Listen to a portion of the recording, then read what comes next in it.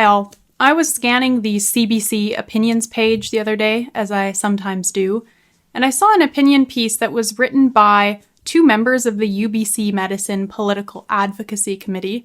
So they're a committee currently lobbying the provincial government in British Columbia for free birth control for all women and persons with uteruses. And so their piece in the CBC was laying out their case for provincially funded contraception. They are not the only people doing this. There is a handful of organizations and individuals in the province of BC who are advocating for free birth control. Access BC is one of the main ones, and Access BC has been endorsed by the City of Victoria, as well as numerous unions and university student societies.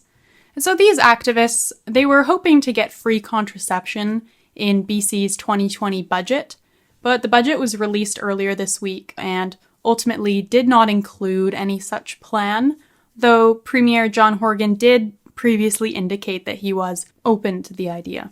And so this CBC opinion piece that I read, I started looking more into this movement in my province, British Columbia, and I was initially kind of convinced by what they were saying, but then I read the article again. I looked into this a little more closely, and their arguments really start to fall apart once you examine them. So one example, the CBC opinion piece starts with the story of a 15-year-old girl at a clinic who is crestfallen upon learning that the IUD that she wanted would cost her $385 because she can't afford it and she doesn't want to ask her parents for the money.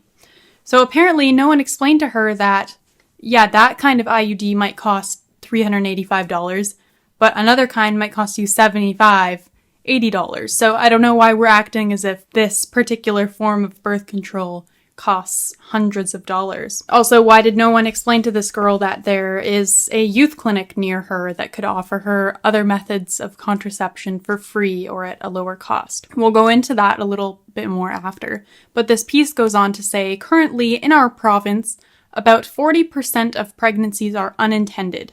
Nationally, unplanned pregnancies cost our collective healthcare systems $320 million annually based on medical costs associated with pregnancy, labor, delivery, and abortion. So the main financial economic argument they're making here is nationwide, free birth control will cost $157 million annually, which is far less costly than the $320 million associated with unplanned pregnancies. But wait a second, because unplanned pregnancy is not synonymous with unwanted child. It does not seem to me methodologically sound to be lumping together the costs of abortion with the costs of labor and delivery for parents who, I'm sure the vast majority of them are loving parents, right? You know, I'd be fine with comparing maybe the cost of free contraception versus the costs of abortions, but if a woman actually went through carrying the child and giving birth to it, I don't know why we're comparing that cost with the cost of preventing that birth in the first place. That seems very strange. Perhaps they're willing to overlook that kind of thing because the organizations and individuals behind this push for universal contraception are ultimately kind of anti-family and anti-reproduction. And I know I'm sure they would refute that, I'm sure they would, but you have to ask yourself, they're acting as if 40% of children are a cost burden that should have been avoided. And so 40% is the number of unplanned pregnancies in BC. But nationally, that figure is 61%. So let's say a couple found out they were pregnant a little earlier than they wanted to. So before the father got a promotion, before they moved into an apartment, or at a very inconvenient time when a woman had just started up a business or a blog or something. Does this mean that the unplanned pregnancy is now just a societal cost burden that should have never happened? That just seems not right to me. That seems antinatalist. And again, let's look at some facts.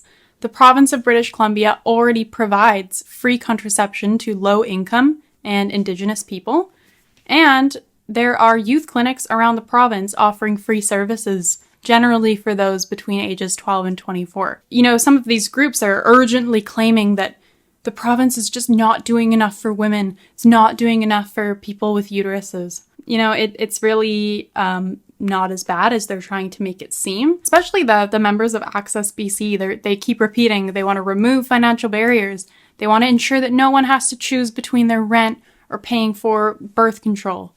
But considering that low-income people already receive free birth control, it's hard not to kind of see this anti-natalist strain within the free birth control movement. They want to stigmatize pregnancy. They treat children like they're just a financial blotch on the province. We could save so much money if they didn't exist.